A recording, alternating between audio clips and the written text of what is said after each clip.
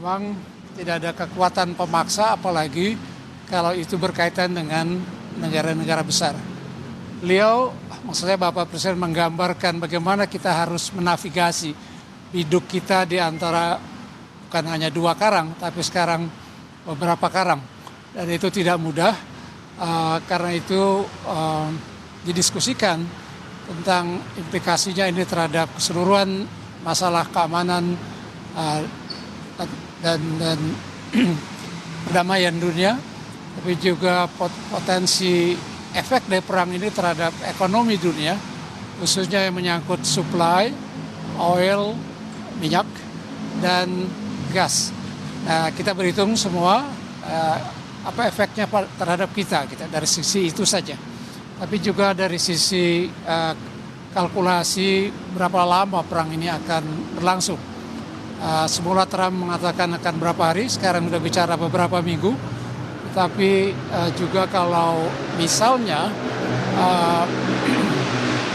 Amerika akan menggelar pasukan daratnya bisa jadi lebih panjang, dan reaksi perlawanan di sekitar negara-negara Timur Tengah juga akan membesar dan akan, karena itu perang berlangsung lama.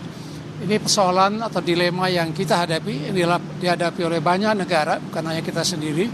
Karena itu Presiden menganggap penting untuk mengomunikasikan permasalahan-permasalahan yang dihadapi oleh pemerintah, oleh Presiden kepada kita yang diminta datang pada malam hari ini. Tapi juga sebelumnya kita tahu kesempatan briefing oleh Presiden terhadap berbagai kelompok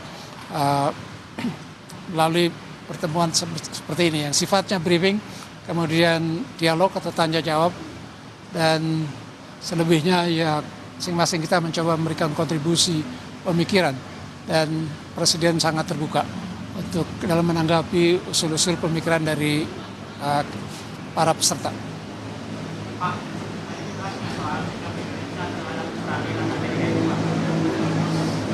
Sikap kita sesungguhnya kalau kita lihat perang ini kan merupakan tindakan sepihak, bukan perang. Ada perang yang dimandatkan oleh PBB.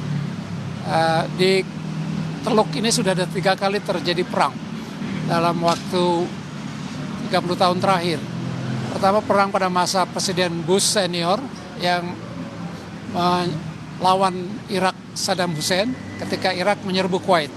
Yang kedua, perang 2003 ketika Bush junior melakukan agresi terhadap Irak dengan tuduhan Irak memiliki senjata pemusnah massal. Ini yang ketiga. Jadi tragis memang kawasan ini menjadi lahan perang dan perang-perang besar yang membawa dampak besar bagi dunia, karena sumber minyak dan gas banyak berasal dari wilayah ini. Itu yang juga kita harus berhitung. Dampak terhadap kita apa?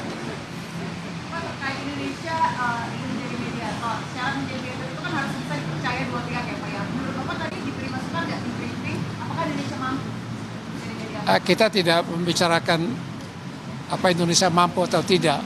Itu kan pemikiran awal. Dengan kata lain, untuk menjadi mediator kan harus juga ada penerimaan dari dua pihak yang bertikai. Dan kita belum lihat tanda-tanda itu. Di mana? Kita bahas. Tapi juga dalam konteks perkembangan mutakhir.